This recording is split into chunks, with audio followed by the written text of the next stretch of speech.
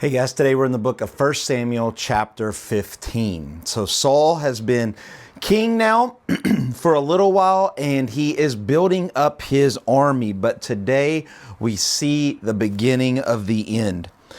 It talks about Samuel the priest or the prophet said to Saul, the Lord has sent me to anoint you as the king over his people. Now therefore listen to the words of the Lord.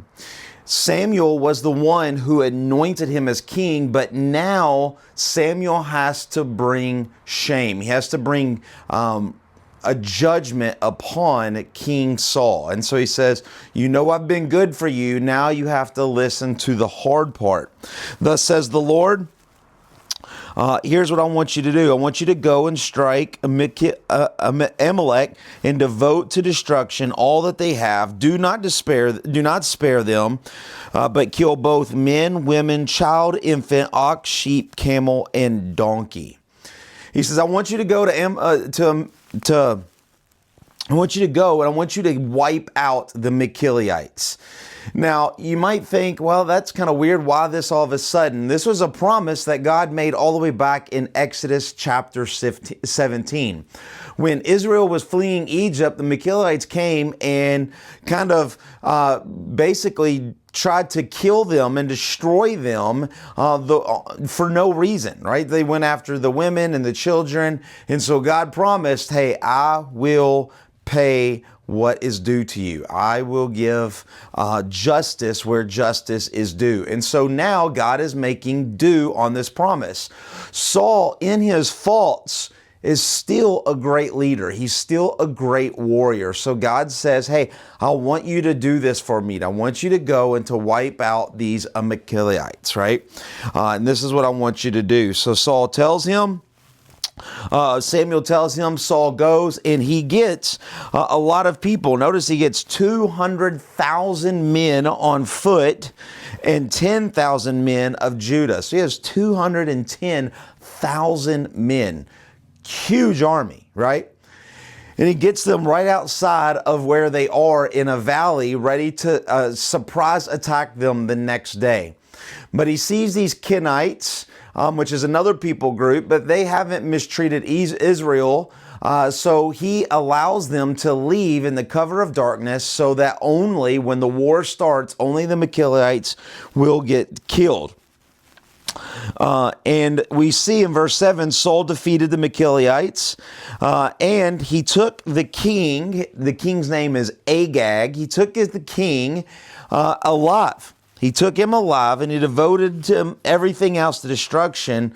But notice verse 9, but Saul and the people and Israel spared Agag. They did not kill the king, as well as they spared the best of the sheep, the oxen, the fattened calves, the lambs, and all things that were good.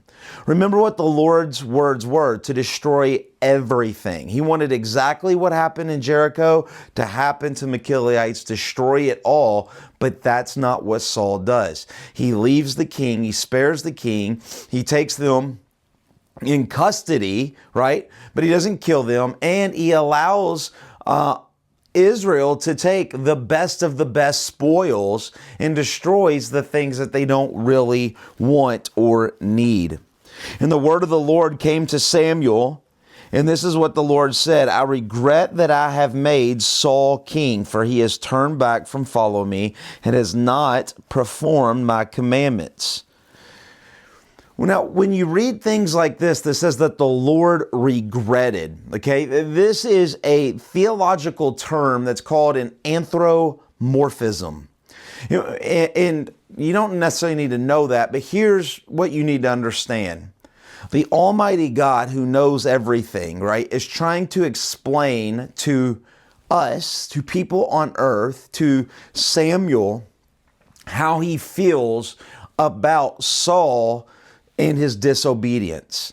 And so he says he regrets. It's not that God regrets, okay? Because a regret is something that you didn't know the outcome is bad, and you regret doing it in the first place. That is not God. We're told God knows all things in the past, present, and future.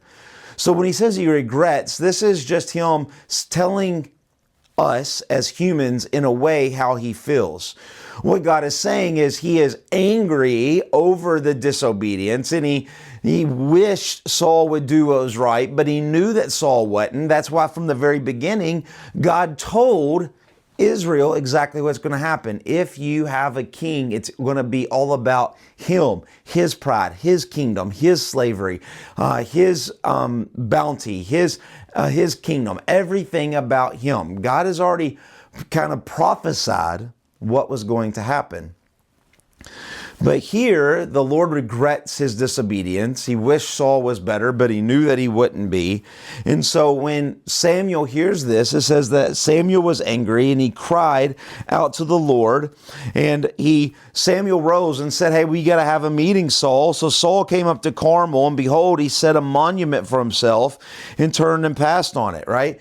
And so here he goes up to Mount Carmel and he builds a statue of himself. Right? Thou shalt not have any other graven images before you. You should not worship anything. Why would he build an idol of himself? Because he wanted Israel to worship him. This tells you the pride of Saul and how bad he truly was. Samuel came to Saul, and Saul said, "Blessed be to you." In his pride, the king is trying to bless the prophet. That's not how it works. The prophet blesses the king, but the king is trying to bless the prophet. Notice he goes on in verse 13, and Saul says, "I have performed the commandment of the Lord." And Samuel says, "Wait a minute, you did what the Lord asked? What do I hear? Why do I hear sheep and lamb and oxen and cattle? What is all this sound of livestock? What's going on?" He says, "You were supposed to kill everything. You were supposed to devote it to the Lord. You're supposed to wipe it all out. You're supposed to give it as a sacrifice to the Lord." And Samuel said to Saul, "Stop." He's trying to make excuses, and he says, "Stop, stop, stop. I don't want to hear it." And Saul goes on and he starts to blame Israel, right? He says, "You did not obey the voice of the Lord." And Saul said to Samuel, "I have obeyed the voice of the Lord. I went on God's mission. I have brought back King Agag. I devoted the Michalites for destruction, but the people of Israel scared me, and I couldn't control them." You see what he says? He's in his pride. He's saying, I'm big, I'm great, I did all this. But oh, the people of Israel, they wouldn't listen to me. They scared me. I didn't know what to do, so I just let them do. I didn't disobey God. Israel disobeyed God. He's the king of Israel. He speaks for all of Israel. And Samuel told him, "Behold, it to obey is better than sacrifice." It's an important verse. You need to underline it. To obey is better than sacrifice. Religious observance without an obedient heart is useless. No matter what Saul said, if his heart didn't belong to God, it was useless. And that's what Samuel is saying. Saul is useless. For rebellion and the sin of divination, for presumption of iniquity and idolatry, because you have rejected the word of the Lord, he has also rejected you from being king. Because his heart did not belong to God, God removes himself from Saul.